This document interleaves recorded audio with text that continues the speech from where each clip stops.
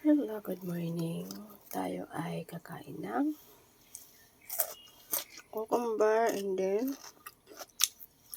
singkamas para sa healthy body.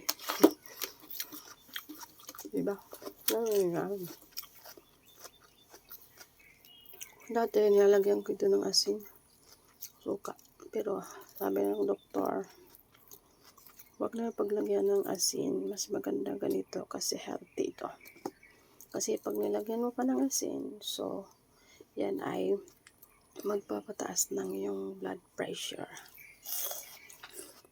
So, dahil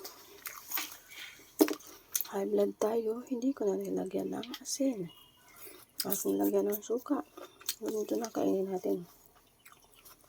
Diba? Para healthy. Good morning. Happy Sunday, everyone.